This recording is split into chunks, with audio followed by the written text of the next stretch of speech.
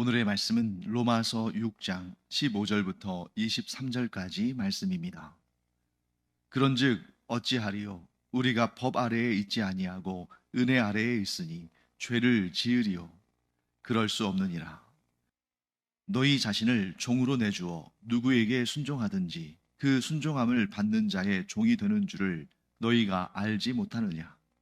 혹은 죄의 종으로 사망에 이르고 혹은 순종의 종으로 의에 이르느니라. 하나님께 감사하리로다. 너희가 본래 죄의 종이더니 너희에게 전하여 준 바 교훈의 본을 마음으로 순종하여 죄로부터 해방되어 의에게 종이 되었느니라. 너희 육신이 연약함으로 내가 사람의 예대로 말하노니 전에 너희가 너희 지체를 부정과 불법에 내주어 불법에 이른 것 같이 이제는 너희 지체를 의에게 종으로 내주어 거룩함에 이르라. 너희가 죄의 종이 되었을 때에는 의에 대하여 자유로웠느니라. 너희가 그때에 무슨 열매를 얻었느냐? 이제는 너희가 그 일을 부끄러워하나니 이는 그 마지막이 사망임이라. 그러나 이제는 너희가 죄로부터 해방되고 하나님께 종이 되어 거룩함에 이르는 열매를 맺었으니 그 마지막은 영생이라. 죄의 삭은 사망이요 하나님의 은사는 그리스도 예수 우리 주 안에 있는 영생이니라. 네, 앞선 내용에서 바울은 우리가 예수 그리스도 안에서 죄와 관계없는 자가 되었다. 즉, 죄에 대하여 죽었다. 예수 그리스도께서 십자가에 달려 죽으실 때에 우리가 우리의 옛사람을, 우리의 죄를, 우리의 죄와 허물을 그 십자가에 못 박고 이제는 우리가 죄와 관계된 자가 아니라 하나님과 관계된 자, 즉 죄에 대해서는 죽고 하나님을 향하여서는 산 자가 되었다. 이게 바로 예수 그리스도를 통한 우리의 상태의 극적인 변화다. 이렇게 설명한 바가 있습니다. 자, 그러면 이런 복음의 말씀, 이런 내용들이 선포가 되면 또 삐딱하게 또 좀 엉뚱하게 이렇게 또 생각하는 사람들이 있죠. 자, 그러면 우리가 죄와는 관계없는 자가 되었으니 뭐 죄를 짓는다 할지언정 뭐 그것이 우리하고 무슨 관계가 있겠는가? 우리가 근본적으로 죄와 관계없는 사람이 되었으니 우리가 뭐 의도적이든 실수든 뭐 상황에 따라서든 죄를 짓는다고 해서 그 죄가 우리를 뭐 어떻게 하겠느냐? 우리는 이미 하나님의 사람인데, 우리는 죄에 죽고 하나님에 대해서 산 사람인데 뭐 우리가 죄를 짓는다고 한들 무슨 상관이 있겠는가? 뭐 이런 불순한 생각이 들 수도 있겠죠. 자, 그러나 바울은 이런 불순한 생각을 이미 다 파악하고 있습니다. 그래서 절대로 그럴 수 없다라고 말하고 있습니다. 자, 그 논리는 뭐냐면 우리가 만일 구원받은 하나님의 사람들이 되었음에도 불구하고 여전히 죄를 짓고 있다면 그것은 자신이 자기 자신을 죄에게 종으로 내어준 것이다. 자, 우리가 하나님께 속한 자라 할지라도 비록 일시적이라 할지라도 죄를 짓고 죄의 종노릇하면 우리가 죄에 끌려가는 삶을 사는 것이고 그러면 죄가 우리의 주인이 되는 것인데 그러면 죄가 우리를 통치하는 것이 된다. 자, 물론 우리가 예수 믿고 하나님의 자녀가 되었어도 죄를 지을 수 있다는 거죠. 물론 우리는 죄를 회개하고 돌이켜서 다시 하나님을 향하면 언제든지 하나님께서 우리를 회복시켜 주시고 다시 우리가 하나님을 주인 삼고 살아가는 그 삶의 기쁨을 회복하게 하시지만 그런데 문제는 뭐냐면 우리가 우리 자신을 단 1분 1초도 우리 자신에 대해서 장담할 수 없는 그런 연약한 사람들이라는 사실입니다. 자, 우리가 이제 천국에 가면 우리 자신에 대해서 이제 뭐 의심할 필요가 없죠. 그곳에는 죄와 사망의 권세가 없으니까 어떤 유혹과 시험도 없으니까 정욕에 넘어지지 않으니까 천국에 있는 우리는 뭐 장담할 수 있습니다.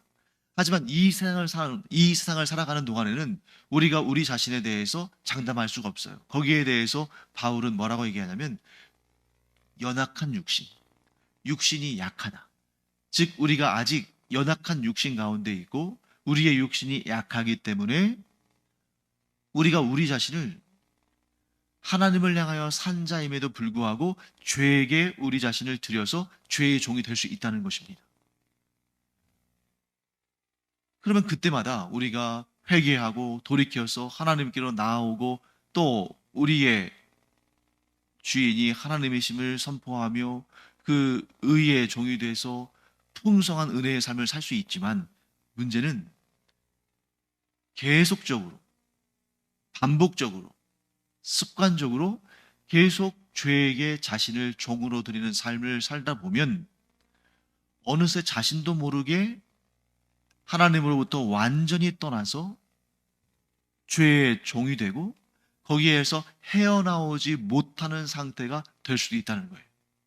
하나님의 능력이 부족해서가 아니라 우리의 육신이 연약함으로 하나님을 섬기며 살던 삶에서 죄를 섬기는 삶으로 자꾸 우리가 반복적으로 계속적으로 습관적으로 그렇게 하다 보면 나도 모르는 사이에 도무지 빠져나올 수 없는 그런 늪에 빠진 것처럼 죄에 함몰될 수 있다는 것입니다. 자, 그렇게 살다가 인생이 끝날 때 물론 그런 과정을 막 반복적으로 그렇게 경험하지만 그래도 끝까지 하나님을 섬기며 하나님을 놓치지 않으며 그 은혜의 줄을 놓치지 않고 회개하고 돌이켜서 하나님을 향해 나아가면 괜찮겠지만 인생이 끝나는 그 순간 죄의 종노릇을 하고 있다면 그러면서 반복적인 그런 죄 가운데 하나님을 떠나 그 죄의 종이 되어 있는 그 상태에서 인생이 끝난다면 얼마나 안타깝고 얼마나 괴로운 일인가. 반면에 하나님의 말씀에 순종해서 죄를 멀리하고 의로운 삶을 사는 사람들은 의에 이르는 것입니다. 자, 이 두 가지를 우리가 좀 비교하기를 원하는데요. 자, 우리가 죄를 짓고 있다고 해서 우리가 하나님의 자녀가 아니다 이렇게 단정할 수는 없어요. 하나님의 자녀들도 하나님께 속한 자들도 이 육신의 장막 안에 있는 동안에는 죄의 유혹과 정욕에 끌려서 죄의 종노릇을 할 수 있습니다. 그러나 하나님께서는 우리에게 성령을 주시고 성령께서 우리를 이끄셔서 그 죄가 있을 때 성령께서 탄식하시고 우리를 또한 도우시고 이끄셔서 다시금 그 죄를 회개하고 돌이켜서 하나님을 향하도록 하시지만 이것이 반복적으로 계속적으로 습관적으로 되어질 때 과연 그 사람이 진정 하나님을 섬기며 죄의 종이 아닌 하나님의 종으로 살고 있는지 우리가 과연 알 수 있는가?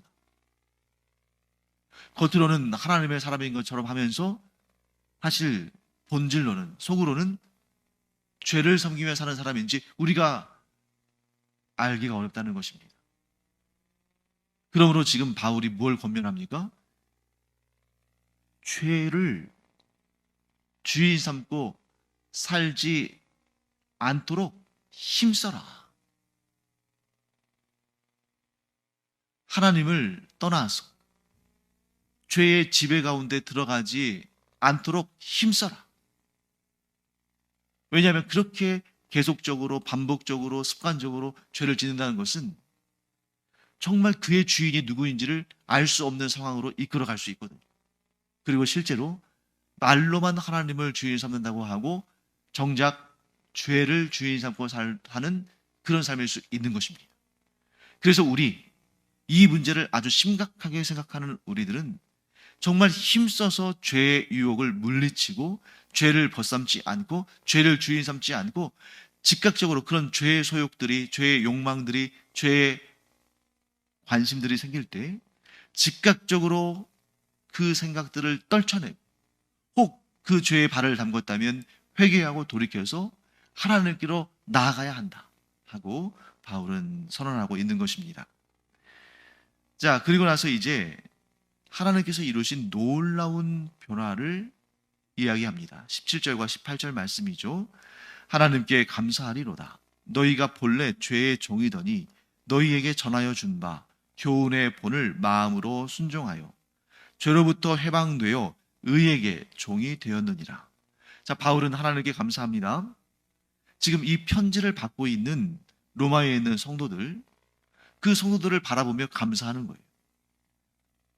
자, 왜 그러냐?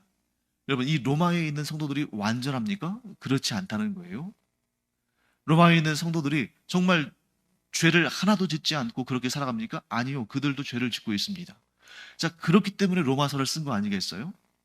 로마에 있는 성도들이 완벽하게 의를 행하고 하나님을 항상 섬기며 죄는 항상 멀리하고 회개할 일이 없을 정도로 하나님 보시기에 좋은 일만 하고 죄를 범하지 않고 온전하게 살고 있다면 로마서를 쓸 필요가 뭐가 있겠어요?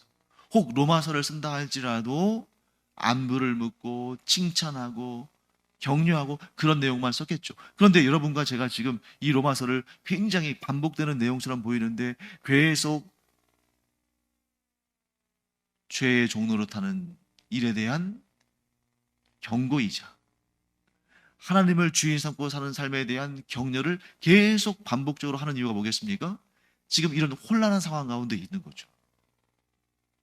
예수 그리스도를 믿고 하나님께 속한 하나님의 자녀들로서의 그 의의 백성들로의 삶을 살면서도 한편으로는 계속 그 옛사람의 방식대로 죄에 굴복하고 죄의 종이 돼서 그렇게 살아가는 이런 삶이 아주 불안정하게 함께 있는 이런 상황을 보면서 바울이 권면하는 것입니다. 그리고 그 권면의 내용들이 로마서에 기록돼서 오늘날 우리에게까지 있는 거죠.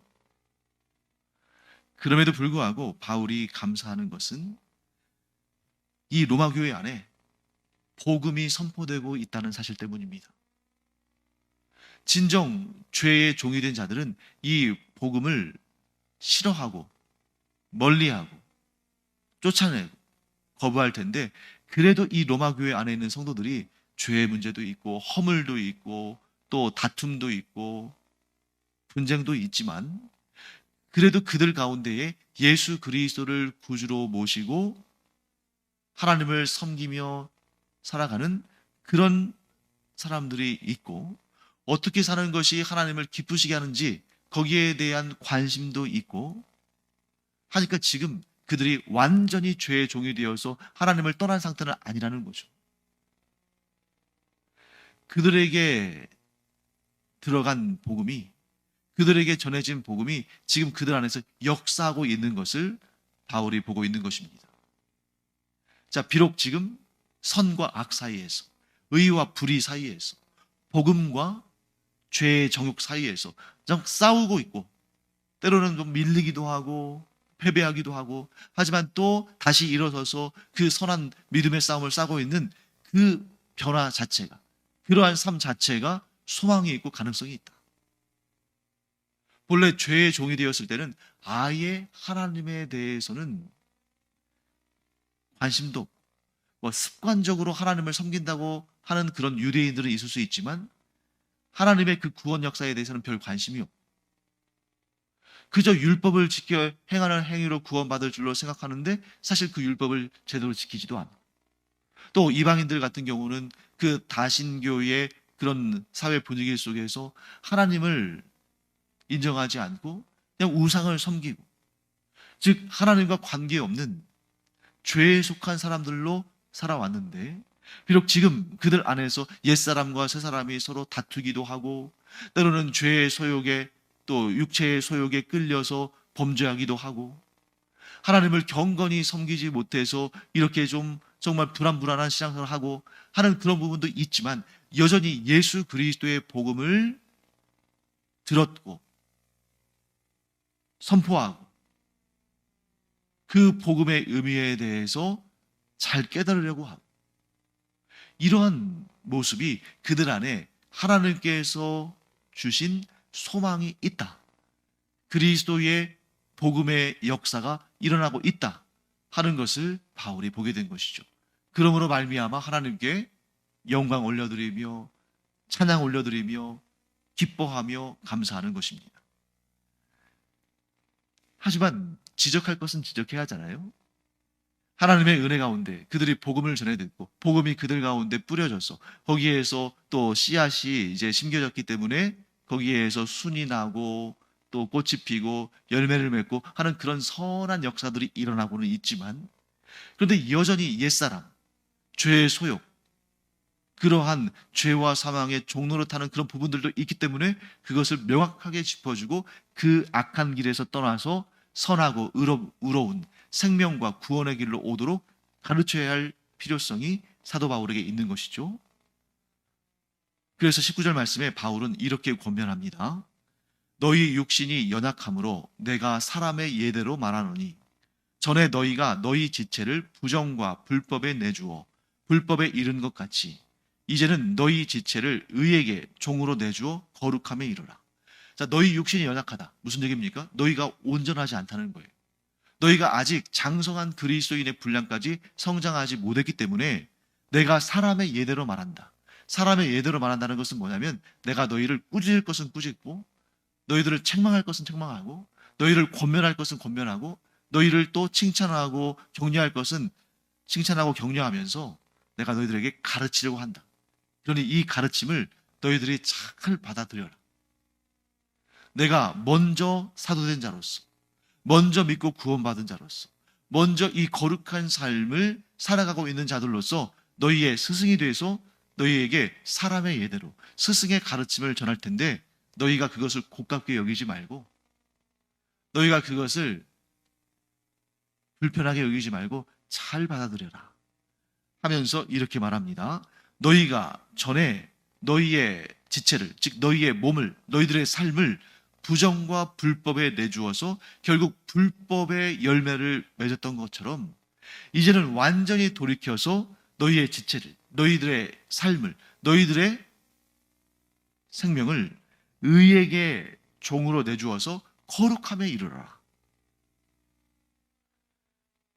사랑하는 성도 여러분, 의에게 종으로 자기 자신을 내준다는 것은 이제 내가 의의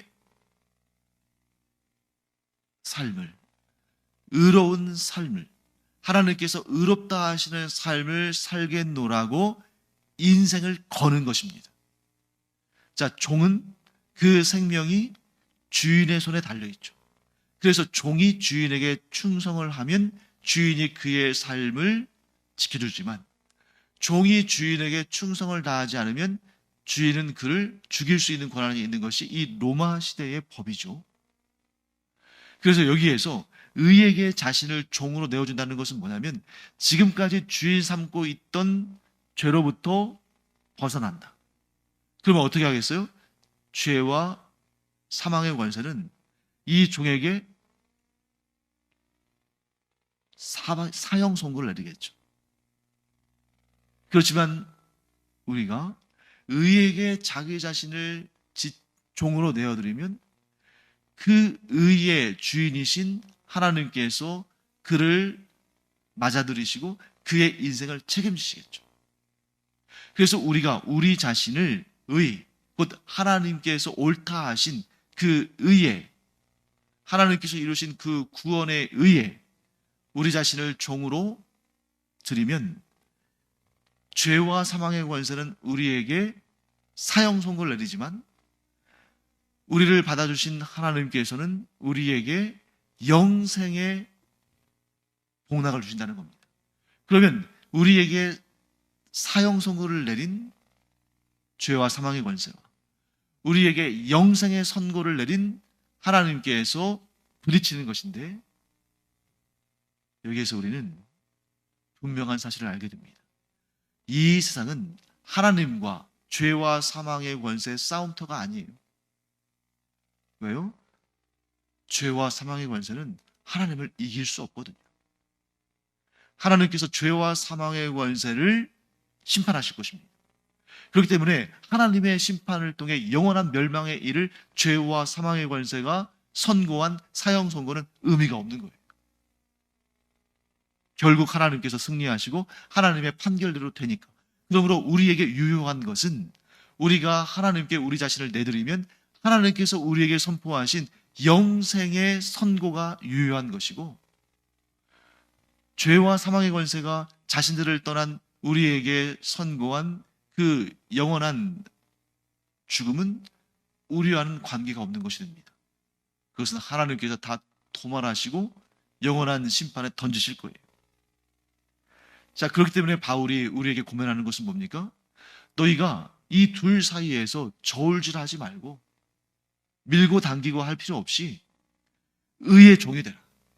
그러면 영원한 생명을 얻고 죄와 사망의 권세가 너희들에게 선포한 그 저주는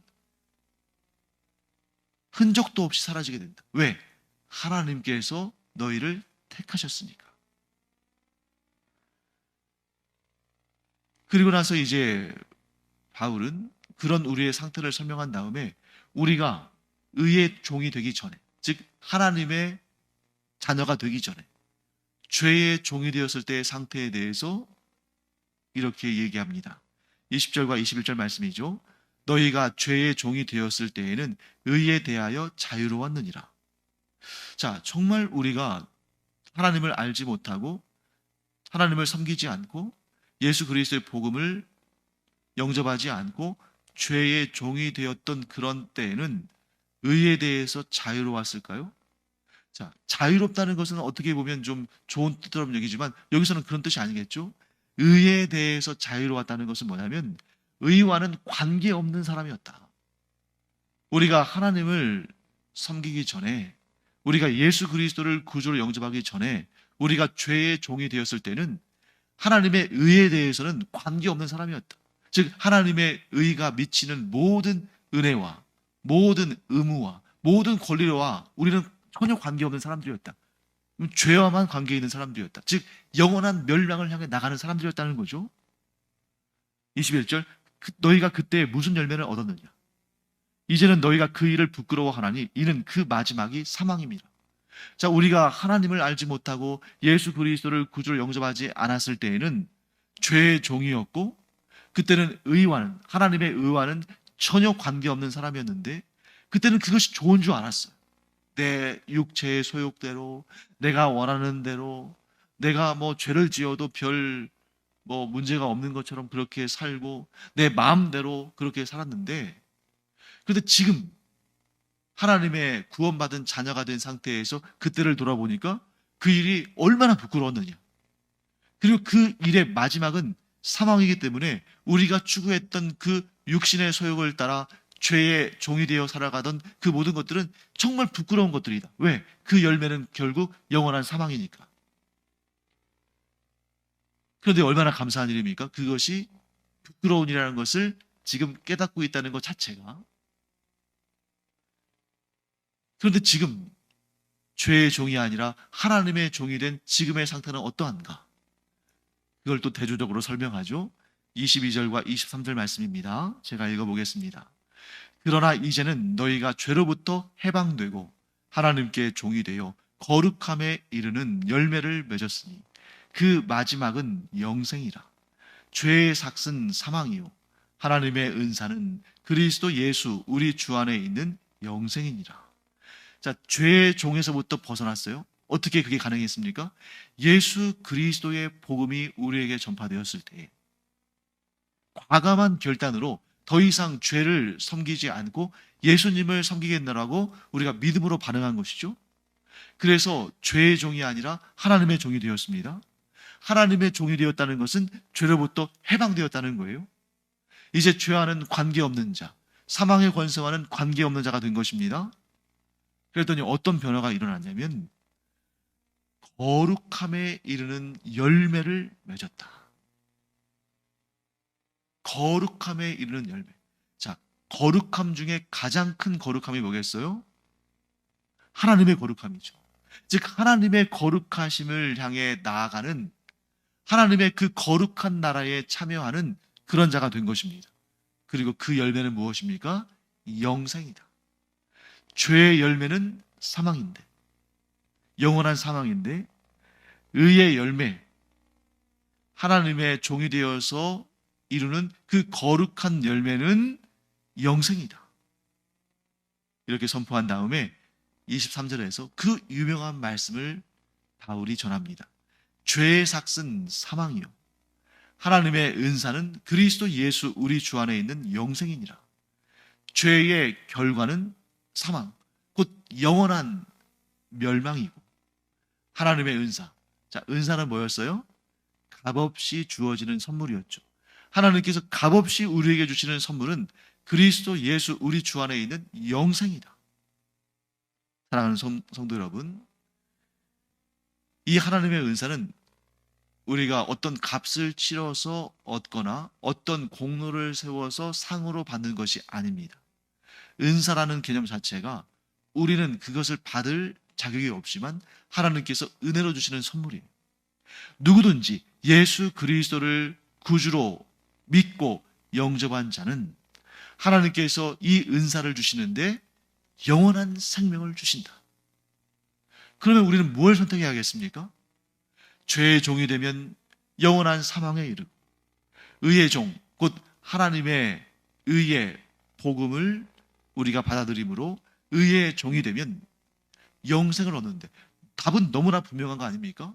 영원한 생명을 얻는 것이 영원한 사망에 이르는 것과 비교할 수 없이 좋잖아요. 아니, 이건 뭐 비교의 대상이 되지 않죠.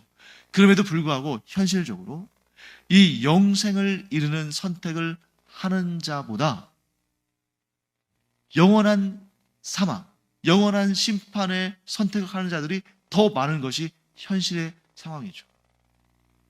특히 우리가 살고 있는 이 제주 땅은 더 그렇지 않습니까? 왜 그럴까?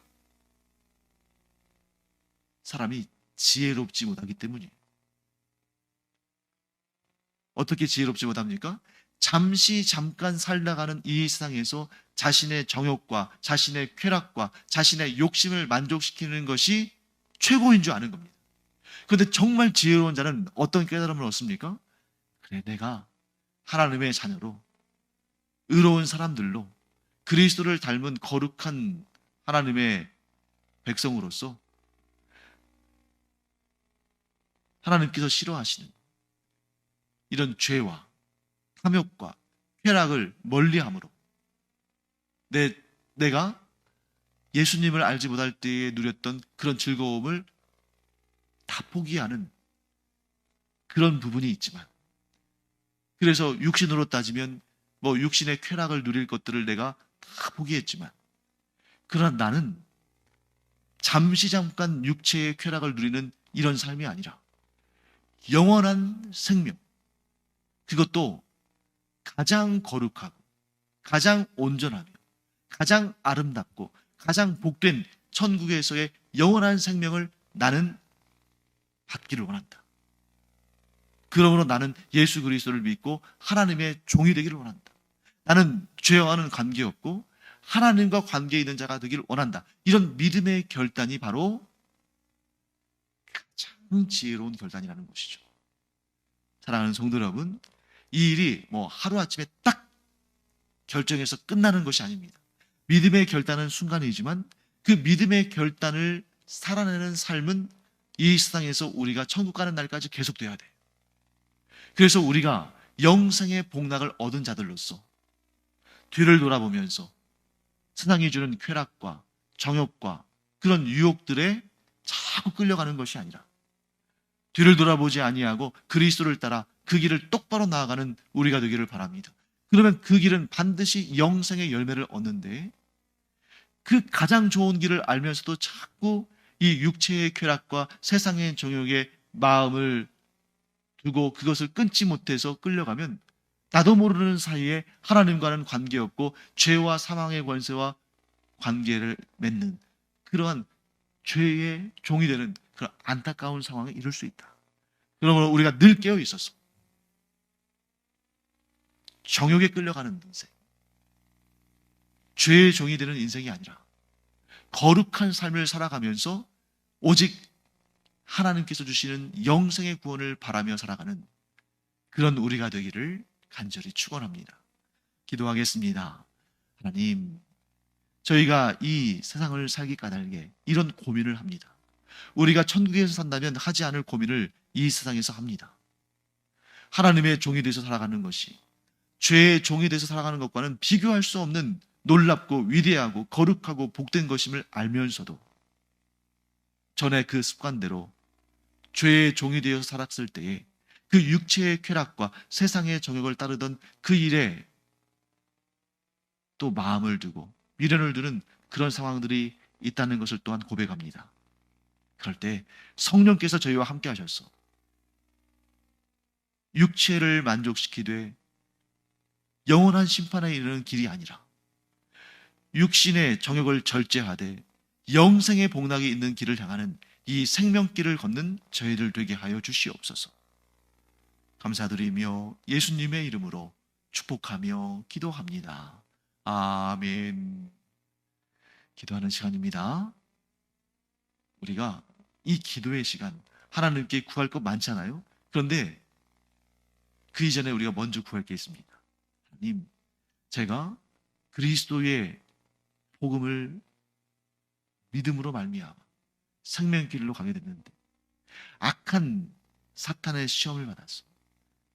내 안에 있는 그 죄성의 미혹을 받아서 영생의 길이 아니라 영원한 심판의 길로 가지 않도록 저를 지켜주시옵소서.